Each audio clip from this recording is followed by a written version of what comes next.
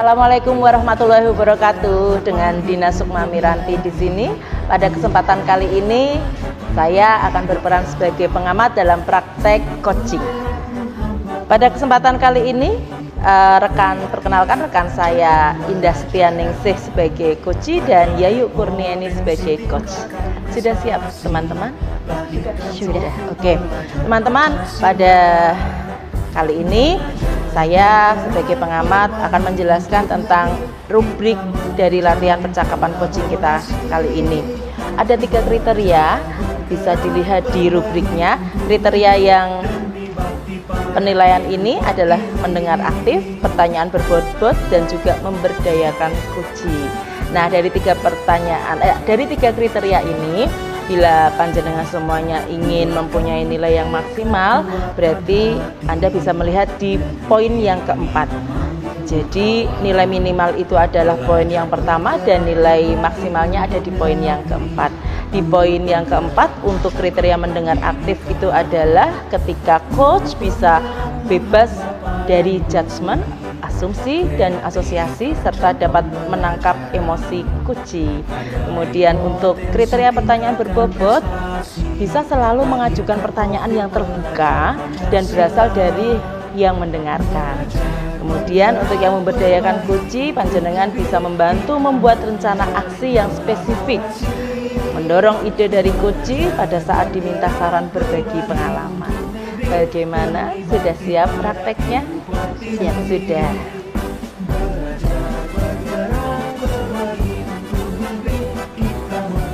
Bu Yayu sebagai coach hari ini ya. Iya, Bu. Pada kesempatan kali ini saya ingin menanyakan pada panjenengan kompetensi dari coaching apa yang ingin dikembangkan pada praktek kali ini.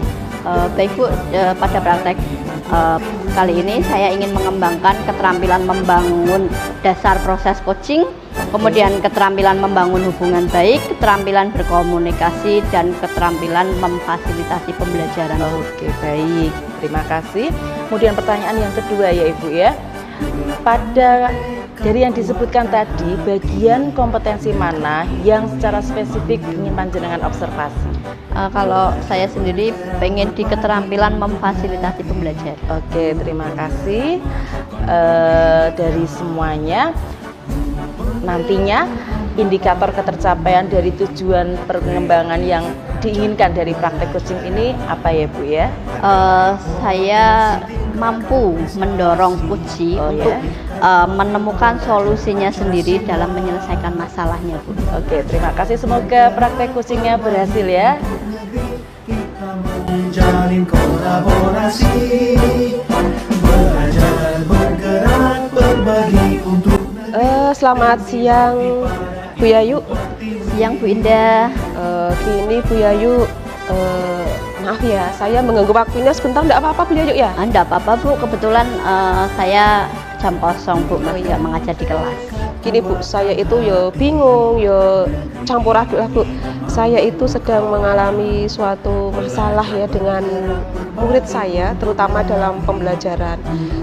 Soalnya akhir-akhir ini saya merasa bahwa anak didik saya itu dalam pembelajaran IPA, mereka itu motivasinya sangat rendah. Jadi ketika mereka diberi tugas, itu hanya beberapa anak saja yang mengerjakan. Padahal setiap hari itu saya selalu menekankan bahwa anak-anak kalau diberi tugas itu untuk melaksanakan dengan sebaik-baiknya. Untuk di pelajaran-pelajaran yang lainnya, matematika itu berjalan baik ya. Kalau ada tugas, mereka juga mengerjakannya dengan tepat waktu. Tapi ketika di IPA, tingkat motivasinya sangat rendah. Itu bisa dilihat dari ketercapaian mereka dalam pembelajaran. Nilai mereka banyak yang berada di bawah KKM. Kemudian tugas-tugas mereka juga banyak yang tidak mengumpulkan. Itu yang menjadi pikiran saya, apa yang sedang terjadi dalam pengajaran yang saya lakukan ini, apa ada yang salah atau bagaimana. Makanya di sini saya meminta waktu kepada Bu Yayu untuk berdiskusi tentang masalah ini. Baik ya Bu ya, kalau saya menangkap tadi Bu Indah menceritakan bahwa anak-anak itu mengalami penurunan motivasi terutama dalam pelajaran IPA. Nah, dari diskusi yang nanti mungkin akan kita lakukan, apa yang ingin Bu Indah capai? Dari motivasi dari ini ya, diskusi yang kita lakukan ini, harapan saya itu nanti bisa mendapatkan suatu pemecahan masalah atau solusi tentang apa yang sedang terjadi dengan anak didik saya atau dengan murid saya dalam proses pembelajaran IPA. Harapannya dengan diskusi ini nanti saya bisa mendapatkan solusi cara untuk meningkatkan pembelajaran pada siswa saya ini, sehingga nanti dalam pembelajaran IPA motivasinya menjadi meningkat seperti pada pelajaran-pelajaran yang lainnya. Itu Bu Yayu.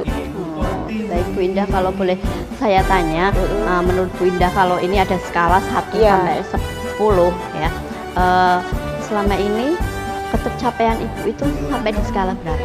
Untuk pelajaran IPA, ketercapaiannya ya paling di angka yang 50 Bu. Soalnya kan itu hampir 50%, separuh anak itu tidak atau jarang ya untuk mengumpulkan tugas-tugas dari IPA yang saya berikan. Baik itu tugas praktek ataupun tugas yang individu yang biasa mereka lakukan. Kalau kemudian nanti ya setelah kita berdiskusi itu skalanya pengennya Bu Indah itu naik sampai berapa?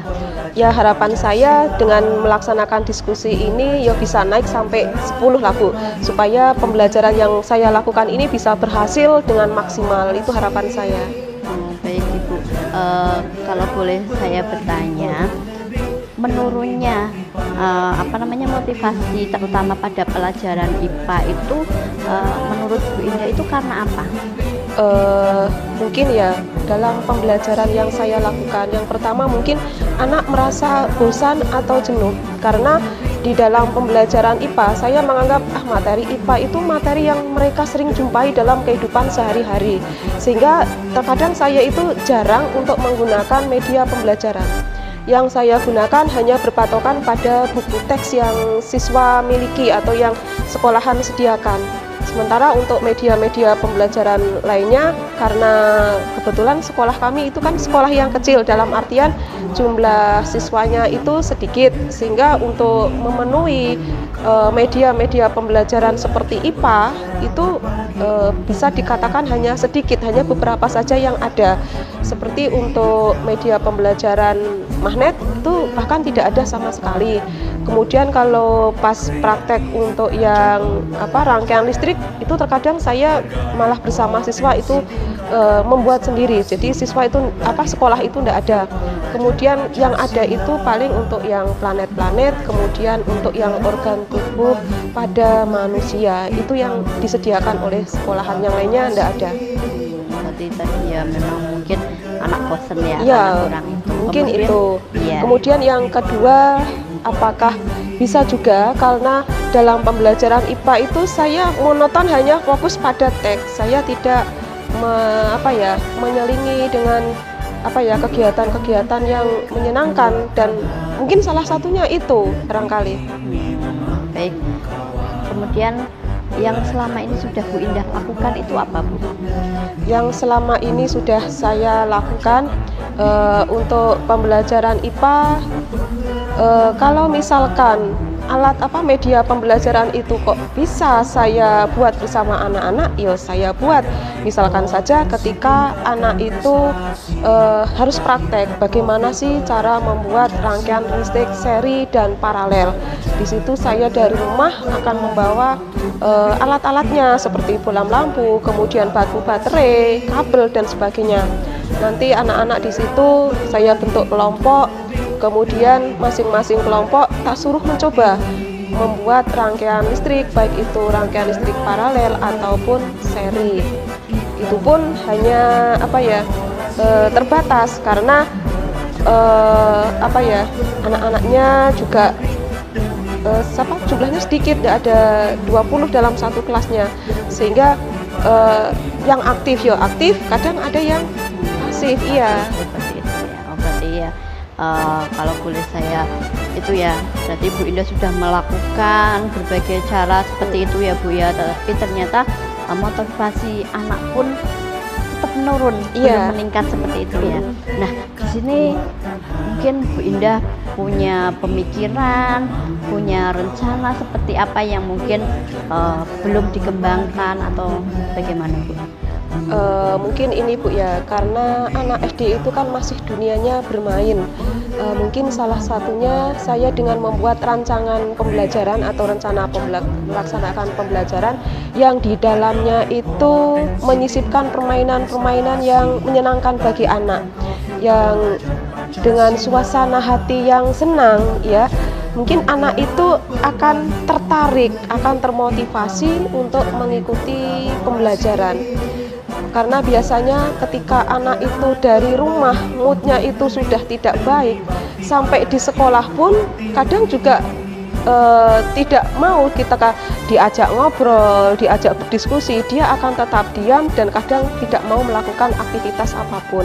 Itu mungkin salah satu cara yang bisa saya lakukan, yaitu dengan merancang pembelajaran yang menyenangkan bagi anak. Karena dengan membuat suasana hati anak itu senang, anak akan tertarik untuk mengikuti pembelajaran. Anak tertarik mengikuti pembelajaran, motivasi mereka akan meningkat sehingga mungkin nilai ketercapaiannya pun juga akan meningkat. Itu mungkin Bu Yayu. Bagus juga ya ide Bu Indah ya. Kemudian kira-kira nih siapa yang nantinya akan terlibat dalam rencana Bu Indah tadi? Yang akan terlibat dalam rencana yang saya laksanakan nanti, yang pertama pihak kepala sekolah. Ketika saya mengalami banyak kendala seperti itu, saya akan berkoordinasi dulu dengan kepala sekolah. Saya meminta bimbingan bagaimana cara mengatasinya, cara pemecahannya. Kemudian setelah itu saya juga akan melakukan kolaborasi dengan guru atau rekan sejawat lainnya yang mana mungkin pernah menerapkan atau metode atau strategi pembelajaran yang bisa meningkatkan minat belajar siswa, terutama dalam bidang IPA. Terus kira-kira kapan nih Bu Indah mau memulai rencana tadi? Oh ya, kebetulan siswa kelas 6 ini kan sebentar lagi akan melaksanakan PAT, kemarin habis ujian praktek. Jadi saya secepatnya ini mungkin minggu depan ini sudah harus melaksanakan rencana saya tadi, karena semakin cepat kan itu semakin baik Bu Yayu. Betul Bu Indah. Baik ya, kemudian bagaimana nantinya cara Bu Indah ini menjaga komitmen atau bahwa rencana Bu Indah ini nanti akan berhasil atau tidak?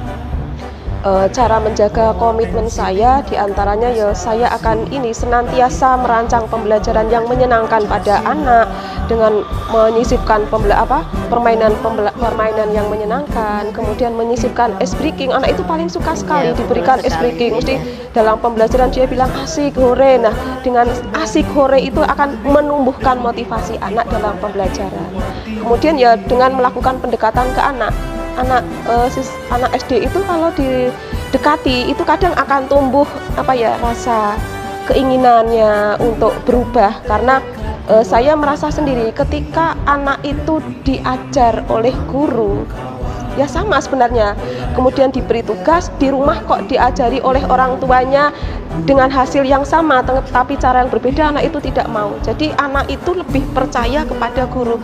Maka di sini saya sebagai guru ya harus melakukan pendekatan ke anak supaya anak itu bisa berubah, bisa mengubah pola pikirnya yang tadinya anak itu misalkan kok malas untuk mengerjakan PR, ya saya dekati bagaimana caranya supaya anak itu bisa mau mengerjakan PR. Karena kebetulan untuk di masyarakat di daerah sekitar sekolah saya itu anak-anak didik saya itu sebenarnya korban dari kegagalan rumah tangga.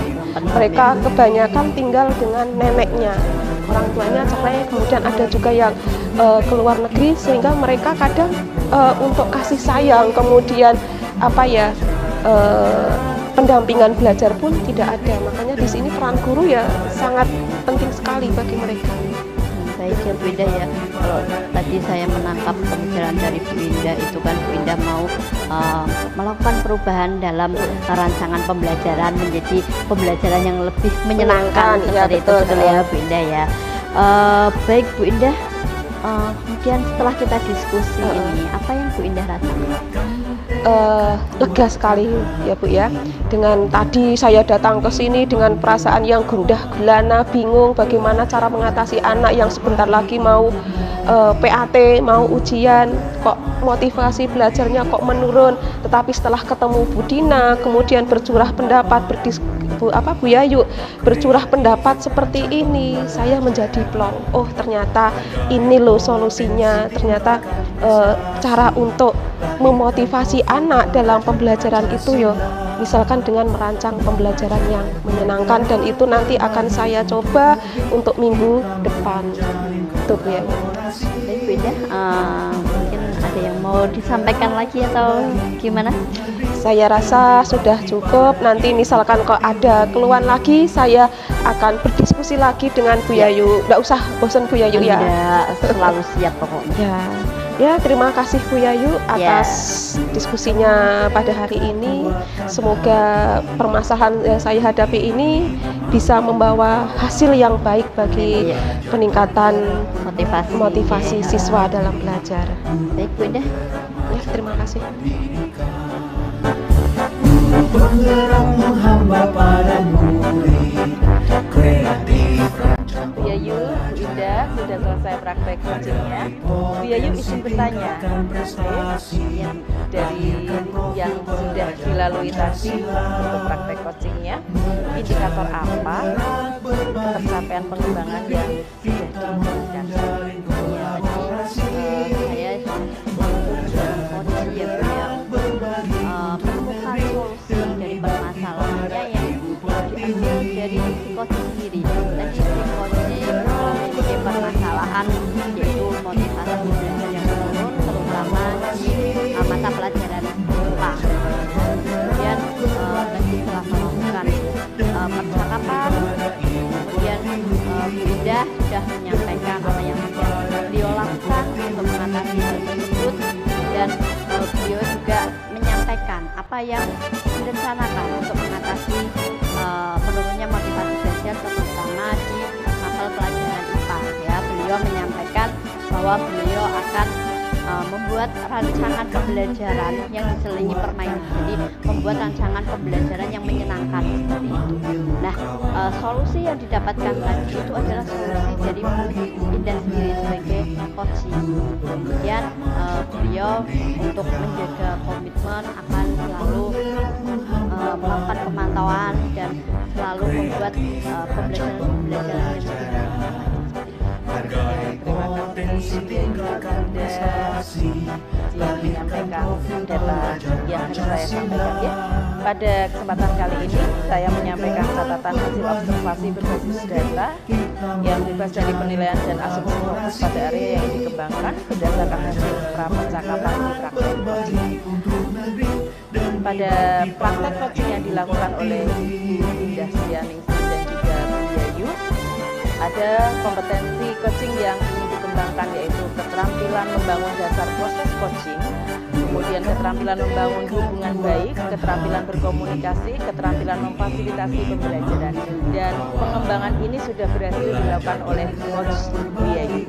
Terbukti pada praktek coachingnya Bu Yayu berhasil untuk menggali sendiri agar Kuci berhasil menemukan solusi dari permasalahannya. Solusi dari permasalahan dari Kuci itu adalah penurunan motivasi belajar IPA. Dari identifikasi kasus tersebut, Bu Yayu berhasil untuk menggali kunci untuk menarik solusi, yaitu meningkatkan pembelajaran dengan pembelajaran yang menyenangkan berbasis kelompok dengan lebih banyak praktek dan menyisipkan permainan-permainan bagi siswanya. Dapat disimpulkan bahwa coach pada praktek coaching hari ini sangat sesuai dengan teknik alur. Terima kasih. Wassalamualaikum warahmatullahi wabarakatuh.